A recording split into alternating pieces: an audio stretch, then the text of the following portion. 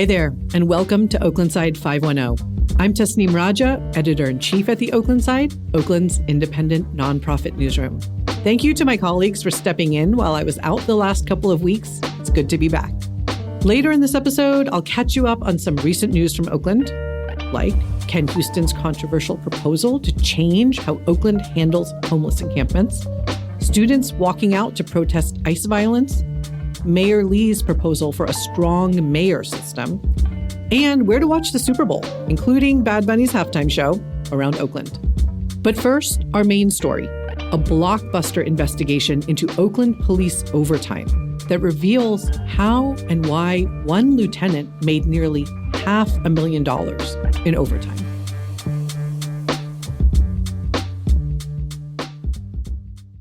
Okay, before all of that, a word from a local company that is supporting this podcast. This Oaklandside 510 episode is brought to you by, and I'm going to say a four-letter word here, people, Shitbag by Smolotov. These are dog waste bags that elevate political satire to an art form. Make every walk an act of resistance while keeping the streets clean with their premium, thick, smell-resistant dog waste bags. They give you a sanitary way to express your frustrations, and each bag looks even better when full of fresh dog droppings. Just look at them. You can't make this crap up, but nobody has to step in it. Find it online at smolotov.com. That is SMOLOTOV.com to get yours today.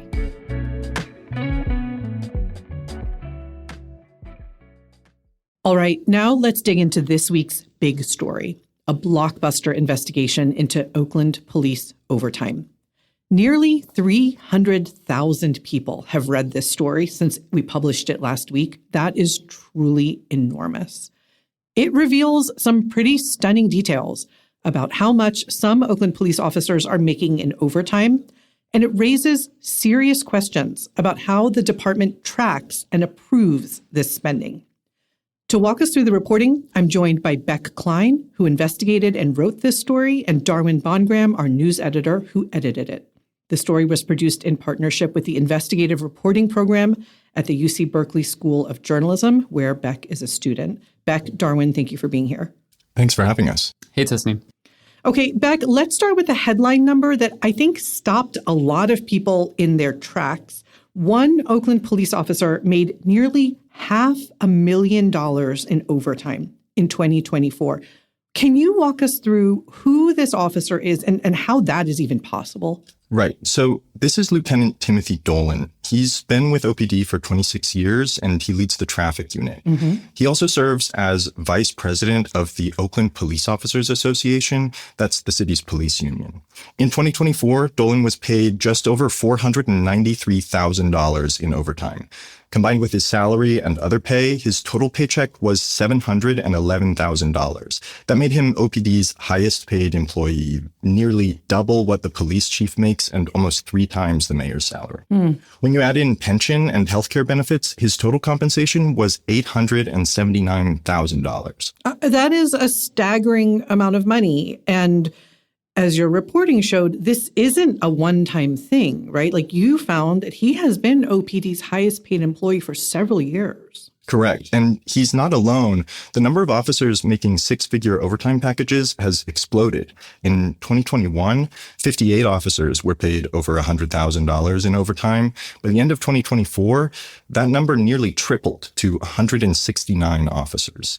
And officers making over $200,000 in overtime more than quadrupled from 6 to 27. Yeah. Okay, now we know this is all happening while Oakland is dealing with massive budget deficits. It has laid off dozens of civilian employees.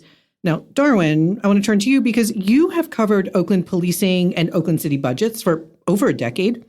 Help us understand how all this fits into the bigger picture of OPD and the city's budget. Sure. OPD's budget this year was $386 million. That's about 19% of Oakland's total spending. Police are by far the city's most expensive service. Most of the cost for police is paying for police officers' salaries. But year after year, OPD is spending way too much on overtime compared to what's in its budget. Last fiscal year, the department spent over $55 million on overtime. It had budgeted for about $20 million. Meanwhile, civilian employees are getting laid off and services get cut. There's even a reduction in police services, even though every year we're paying more and more for the police. For example, the traffic unit's motorcycle officers were recently eliminated because there's not enough money. The police department's neighborhood services division was also shut down. That division had police officers and other city employees closely working with neighborhood groups to solve very local problems. Right. We've also seen awful cuts to other city programs in the last few years, from briefly closing down some fire stations to cutting arts funding. Okay, wait, I just want to make sure I understand this. So the department budgets ahead of time to spend a certain amount in overtime. That's planned. But then it just spends way more than that anyway. Yeah, exactly. And this has been going on for years. The city council often expresses concern, but nothing fundamentally changes. This has become like a core dysfunction in how the city of Oakland operates. Right. Okay, now the police union and OPD and others say this overtime is necessary because of severe understaffing at OPD. Help us understand how that factors in. Yeah, this is something we've heard for years. So most people recognize that OPD is seriously understaffed in relation to the level of services that residents expect from them and the city's size and its high rate of crime. In terms of the numbers right now, the department is funded for 678 police officers, but only around 620 positions are actually filled. And because another 83 officers are on some kind of leave, the operational strength is actually just 495 officers. Wow. So the reason the council sets aside millions in every budget for police overtime is so that these roughly, 500 officers can work extra shifts and backfill the positions to do the work of like 600 or 700 officers. Sure. And here's where it gets interesting, though. Historical data shows that even when police officer staffing increases, overtime keeps going up. A recent report by several civilian city unions found that from 2011 to 2024, police staffing increased by nearly 9%, but overtime went up by almost 200%. Oh, wow.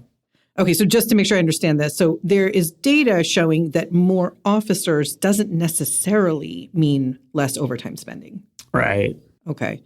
Now, I want to get us back to Lieutenant Timothy Dolan. Beck, your reporting found that he spent hundreds of hours of overtime doing one specific task. What was it? Reviewing paperwork for traffic collisions. He spent at least 815 hours in 2024, which is the equivalent of about 5 months of work in a normal full-time job, just reviewing collision reports. Okay, reviewing collision reports. Can you explain to us what that looks like in practice? So when an officer responds to a traffic collision, if one of the parties requests it, they write up a report. Then a reviewing officer, in many cases, Lieutenant Dolan, looks it over, flags areas that need revision, and sends it back to the reporting officer with notes. Then it gets reviewed again. Okay. It's important to note that the revisions mostly have to do with vehicle codes and California Highway Patrol's specific style requirements rather than the facts of the collision itself. Okay. So how many officers are actually trained to do this work? More than a dozen officers are trained and authorized to review collision reports, but according to OPD spokesperson Paul Chambers, Dolan is one of only 2 who actually handle most of the reviews in practice. The department says Dolan is their, quote, subject matter expert on collisions, and that he's continued to review reports due to low staffing. Okay, but spending 815 hours of overtime on this, I have to imagine that that's going to be particularly expensive because Dolan is highly ranked at OPD, right? Exactly. Dolan served as a sergeant in 2024, which gave him a base salary of about $163,000. That's near the top of OPD's salary scale. So his overtime rate is much higher than lower ranked officers. Overtime generally is calculated as 1.5 times the normal rate of an officer's pay. And this past year, Chambers said Dolan was promoted to lieutenant, which increases his salary by over $25,000, making his overtime even more costly. Spreading this work out among other officers during normal shift times could potentially have been much cheaper for the city. But when we tried to talk to OPD and Dolan about these kinds of details, they stopped responding to us. In fact, Chambers told us he would no longer respond to any of our questions about the story. That's Paul Chambers, the Oakland Police Department's public information officer. Okay, what are these collision reports that Dolan is spending so much time reviewing actually used for? Like, why is it a priority for the department to clear that backlog? That's a good question. The reports do have some uses. They can generate some revenue for the city. They cost $25 to purchase, but only stakeholders in the collision, like people involved or insurance companies, can buy them. So probably not a lot of money. Right. Once completed, the reports can also be used to help engineers in roadway design, and sometimes insurance companies use them to help determine payouts. But here's what's important. In California, collision reports typically aren't admissible as evidence in court, at least when determining fault for a collision. Now, some reports do get escalated to investigations, cases involving serious injury, death, or suspected crimes like DUIs or hit and runs. In the statement he gave us, Dolan said Oakland averages about 20 to 25 collisions each day, but the department wouldn't tell us how many of these reports in the backlog are serious enough to warrant this escalated investigation status. So we don't know if these hundreds of hours were spent on reports that needed urgent attention necessarily. Is that fair to say? That's definitely fair to say. Okay. Now, Beck, your reporting also uncovered another troubling issue. The department cannot actually account for a huge chunk of Dolan's overtime hours. So tell us about that. Right. So we asked OPD to provide all the documentation necessary to track Dolan's overtime in 2024. This included his time card, which shows total overtime hours.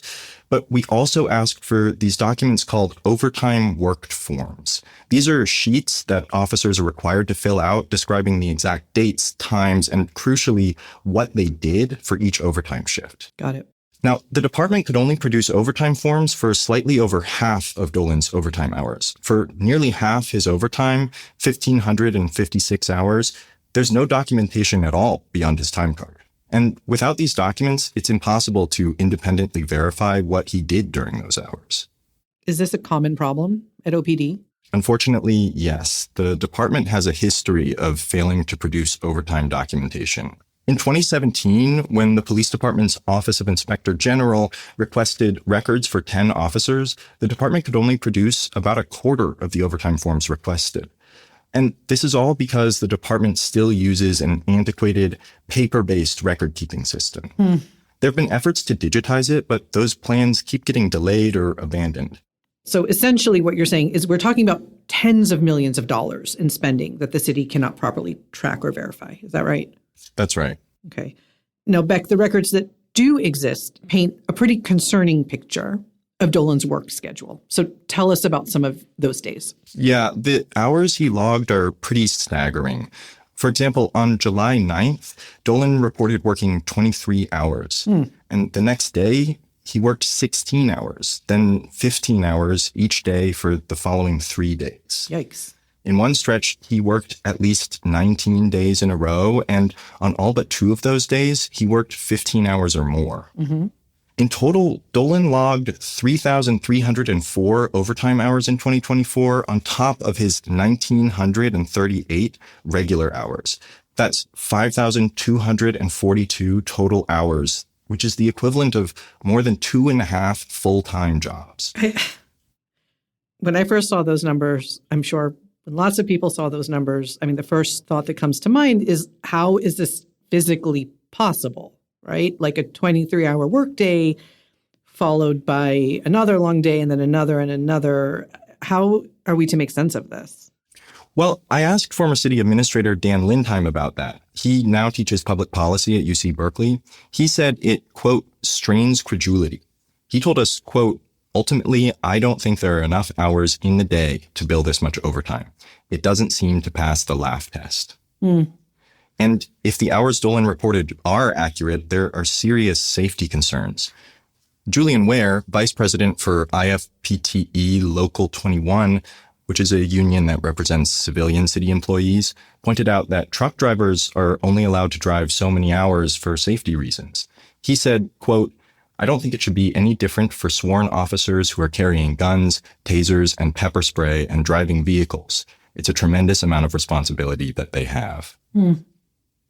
Beck, did Dolan or the department respond to your questions about whether these schedules raise safety or performance concerns? Dolan provided an initial emailed statement, but then didn't respond to repeated requests for an interview. We sent him and the OPD spokesperson a detailed list of questions about his hours and the findings from our investigation, including the numbers we pulled from his overtime documentation, but they didn't respond. Okay, Darwin, does OPD have any policies that protect its officers from working these crazy, potentially unhealthy amounts of overtime?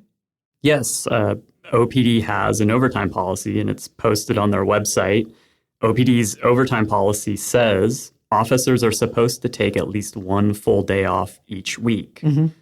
Officer wellness has been a big issue at OPD for decades, right? It can be a very stressful, even traumatizing job. Absolutely. Yeah, so the department has spent millions on services to help officers, like everything from counseling to alcohol treatment to peer support. Some of these officers' schedules are just alarmingly long and unceasing.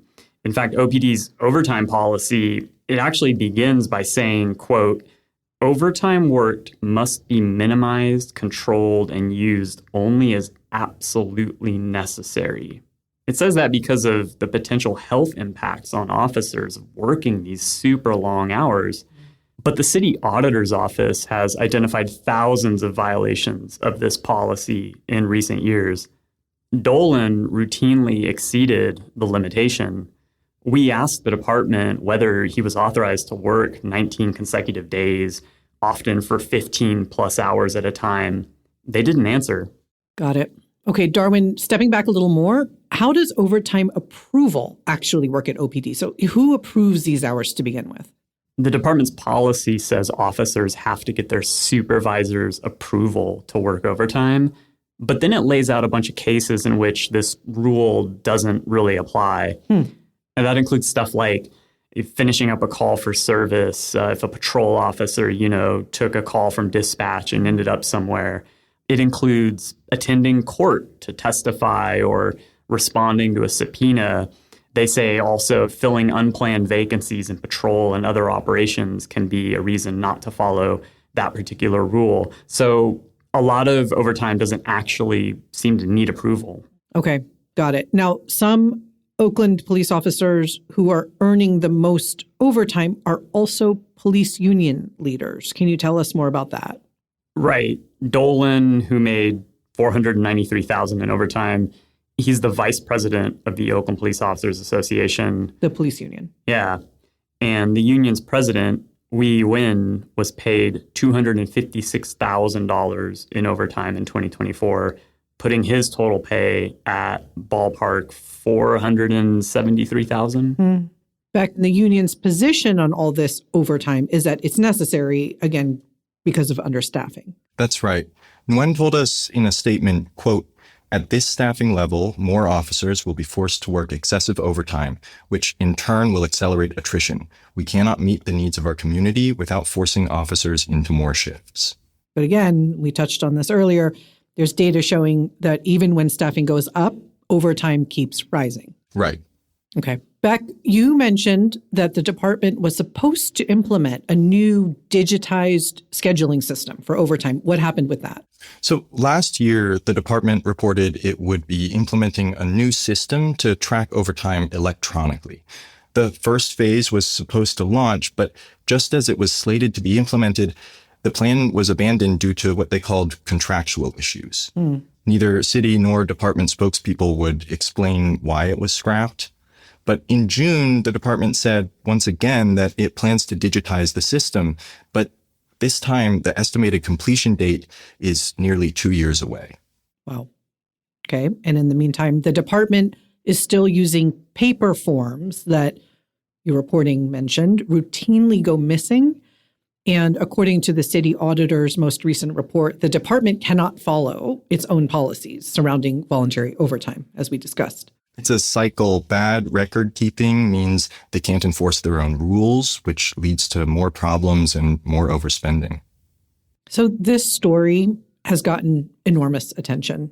As I said, nearly 300,000 readers. Darwin, why do you think it has resonated so much?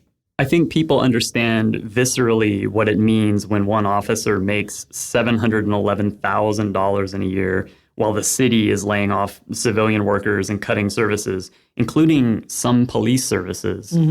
And the details to this story, an officer working 23-hour days, nearly half the overtime hours are undocumented, spending hundreds of hours reviewing paperwork. It just doesn't add up for a lot of people. I think the bottom line here is this. A lot of residents understand that unless and until the city gets serious about controlling police overtime, this pattern will continue. Okay, what happens next? Is anyone in city government responding to this reporting? Well, the council members I've talked to definitely seem concerned. And since our reporting, one council member is planning on asking OPD for an informational memo at a meeting later on in February. But ultimately, we'll have to wait and see if this prompts any real action from the mayor or city council. Mayor Barbara Lee is trying to hire more officers, but as we've seen, that doesn't necessarily solve the overtime problem. There are also questions about whether the police commission or the inspector general will want to investigate this. Beck, Darwin, this is really important accountability journalism. Thank you both for this reporting. Thanks for having us. Thank you. You can find Beck's full investigation at oaklandside.org. We will also link to it in the show notes. The story includes data visualizations showing Lieutenant Timothy Dolan's work schedules and a detailed breakdown of the numbers.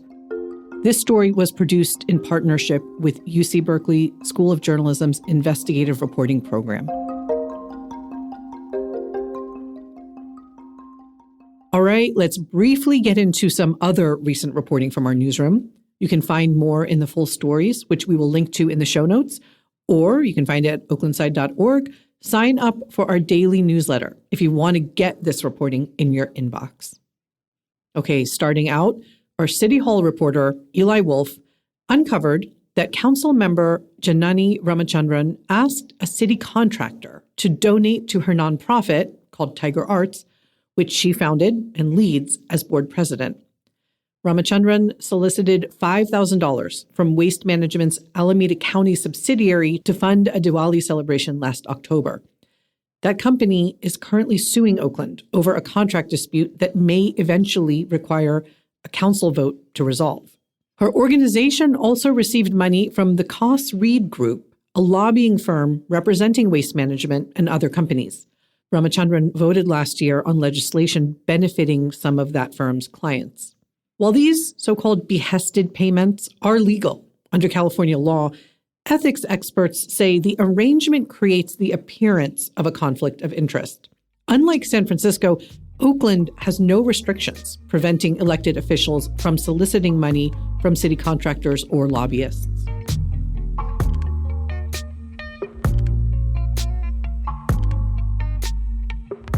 Sticking with City Council, Councilmember Ken Houston has been working on a controversial proposal to change how Oakland handles homeless encampments.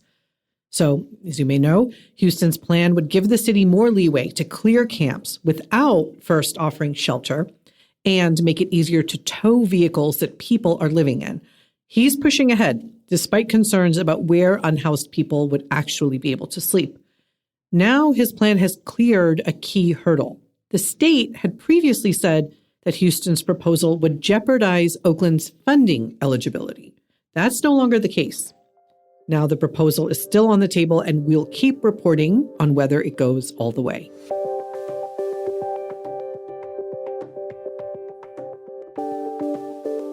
Recently, Oakland teens and young adults gathered with Mayor Barbara Lee and other leaders to share ideas for combating sex trafficking. The youth speakers emphasized that sexual exploitation affects Black girls disproportionately in Oakland, and they urged officials to invest more in prevention, education, shelter, jobs, and mental health services for survivors. Meanwhile, City Council member Charlene Wong is offering legislation that would impose fines on people trying to purchase commercial sex. The city would then use this money to pay for services benefiting trafficking survivors.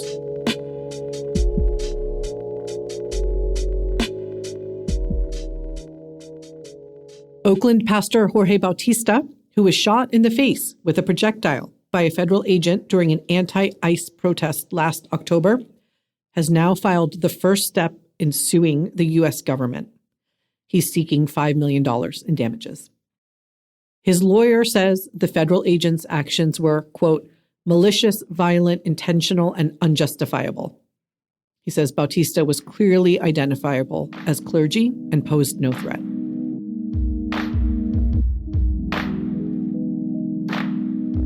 Next story, a task force convened by Mayor Barbara Lee is recommending that Oakland adopt a strong mayor system of government, giving the mayor significantly more executive power while also strengthening the city council's independence. The proposal would eliminate the at-large council seat and create a permanent budget analyst for the council. Voters would have the final say, likely in November.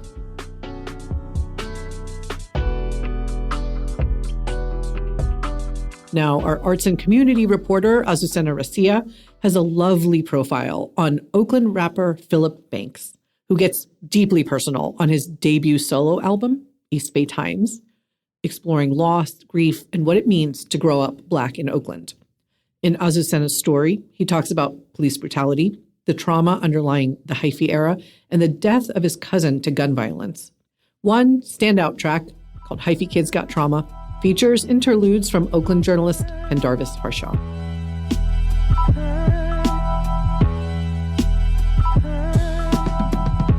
Students from about a dozen Oakland schools walked out of class last Friday to protest ICE violence as part of a national day of action.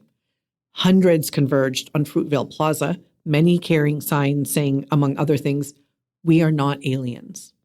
Several Oakland businesses also participated by closing for the day, donating proceeds, or offering free services in solidarity.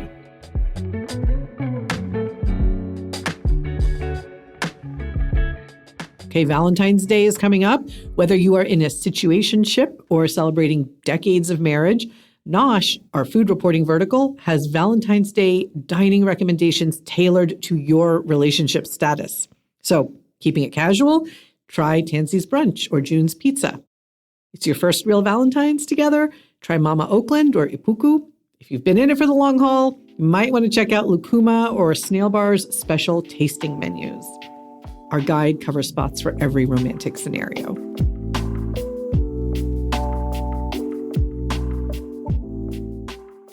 Finally, Super Bowl 60 is happening at Levi's Stadium, but the real buzz, at least here in Oakland, is about Bad Bunny's halftime show, especially after he just won 3 Grammys, including Album of the Year, and opened his speech by saying, quote, "Ice out."